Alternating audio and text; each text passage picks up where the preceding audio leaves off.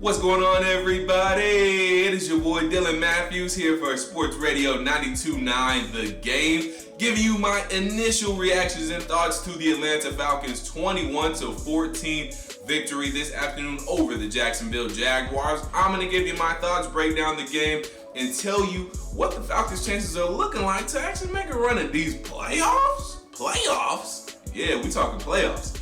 But before I do that, make sure you guys like this video, comment your thoughts, subscribe to the channel. Do you think the Atlanta Falcons have a chance, a legitimate shot at the 7th seed and making the NFL playoffs as a wild card? Let me know in the comments down below. Subscribe to 92.9 The Game if you haven't already. If not, what you doing? Come on, we come with the content. Subscribe to the channel. Also, you can follow the 92.9 The Game at 92.9 The Game on Facebook, Instagram, Twitter. We on all the socials, so make sure you follow us. Also, you can follow me at _Dylan Mathews, only with one T. Mathews with one T. I know I'm different, but I only got one T, Mathews. So at _Dylan Mathews on Instagram and Twitter. You can also follow me and subscribe to my channel on YouTube if you so choose.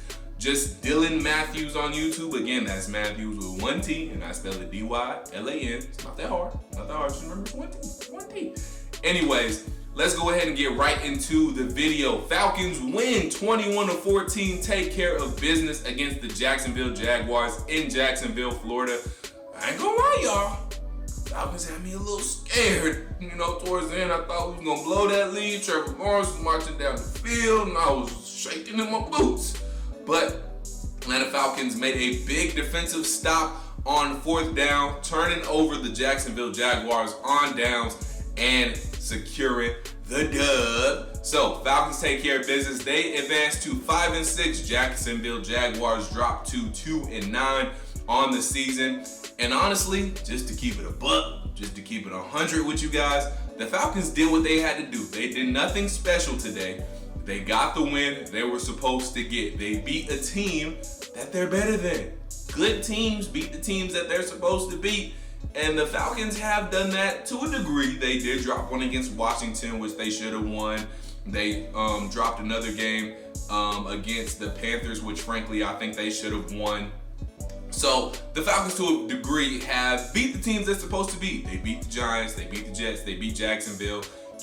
They took care of business against a bad Saints team. They got the wins that they were supposed to get. So congrats to them on keeping their playoff chances alive.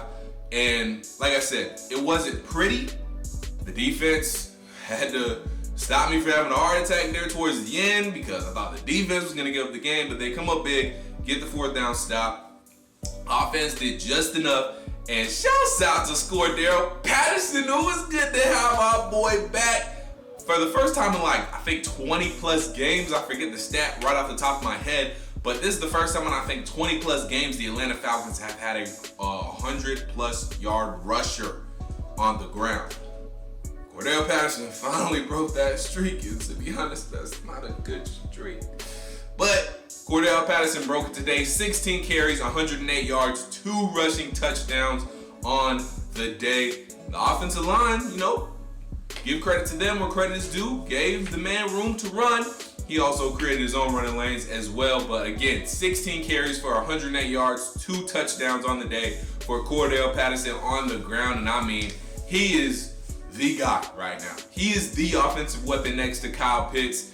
And obviously Matt Ryan is loving handing the ball off to him, and he's making Matt Ryan's job at least a little bit more easier.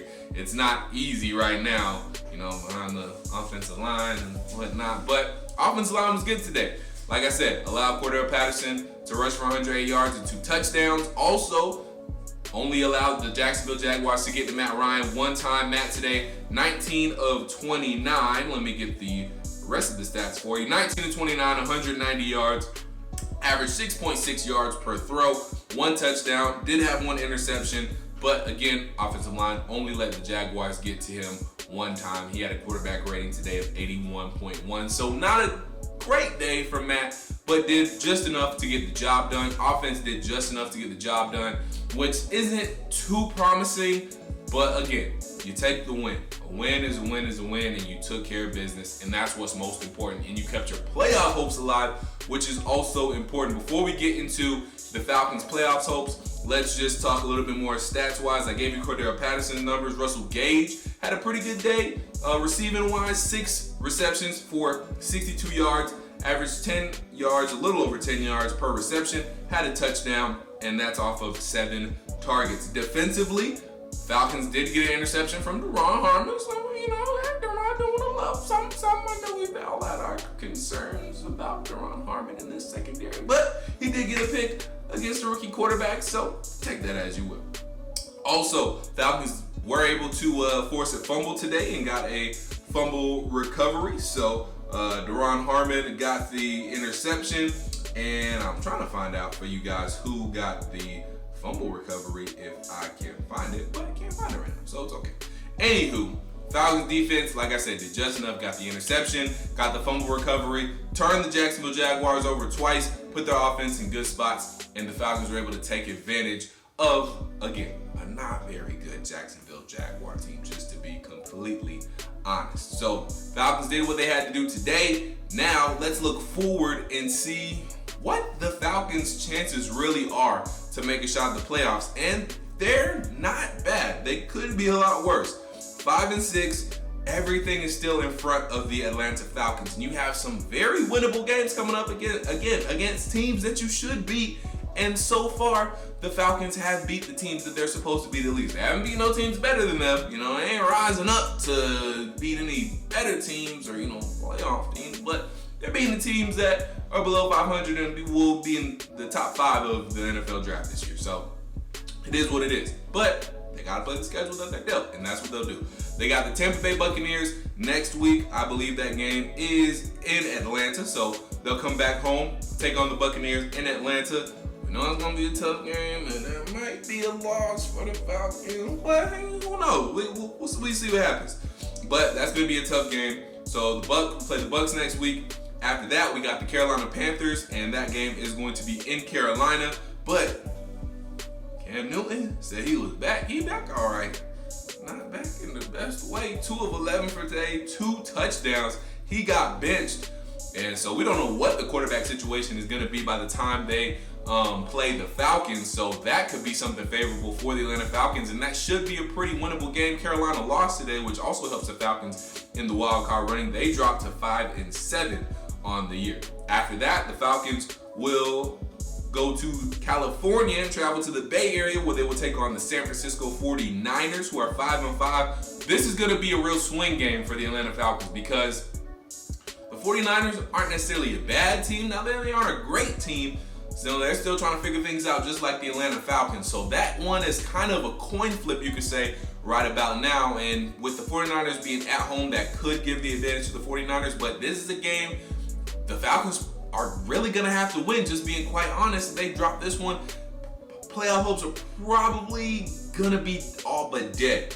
Because if you lose to the 49ers, then that means you're going to have to gain a game, and you're probably going to have to beat the Bills in Buffalo, which is going to be tough. Now, the Bills have had some stinkers. They lost to the Jacksonville Jaguars this year, 9-6 earlier on in the season, so they can have some stinkers. They can drop in games, and who knows? With that being the second to last game of the regular season, the Bills might be looking past the Falcons and looking on to the final week of the regular season. Who knows? So that could be a sneaky win for the Falcons, but you really just want to take care of business against the San Francisco 49ers and be able to have that breathing room going into that Buffalo Bills game. So we'll see. That's going to be a really big game, though, for the Atlanta Falcons, but they have to take care of business against the Bucs and Panthers first. So we'll see. You got the Lions after that, and come on now, it's Detroit. You should win. You can beat the Jacksonville Jaguars. You can beat the Giants. You can beat the Jets. You should be able to beat the Lions. You can't beat the Lions. We don't belong in the playoffs. Anyways, Lions haven't won a game yet. They're 0-10-1. Like I said and alluded to, we got the Bills after that, who again have some stinkers. They lost to the Jaguars and we beat the Jags, so there's that thing. But the Bills do look like they at least got back on track a little bit Thanksgiving night against the New Orleans Saints, and we appreciate you, Bills, for that win against the Saints. You know what I'm saying? Speaking of the Aints, we got them the last week of the season in Mercedes-Benz Stadium, and with the Trevor Siemian-led Saints, Taysom Hill's there too, but with no Michael Thomas, Jameis Winston ain't coming back. I think they lost 7 starters on offense. it's tough sledding right now for the Saints. Now, there's a rivalry game. Anything can happen. We don't know about Alvin Kamara's status either. He's been banged up a lot this year. We'll see what happens, but Aints, we need that dub. We need both of the dubs this year. We already won in New Orleans, so hopefully we can get the win in Atlanta, and that is probably going to be, depending on how the Falcons play out the rest of the remaining schedule, Week 18 could be a win and you're in type week for the Atlanta Falcons when it comes to that wild card spot. So we'll see. Again, Falcons have everything in front of them. We can do this, y'all. We can go to the playoffs. And I mean, what a great first season for Arthur Smith and Terry Fontenot if they make it to the playoffs. I mean, with this roster that isn't, we ain't got Los Angeles Rams talent. We ain't got Tampa Bay Buccaneers talent on this team.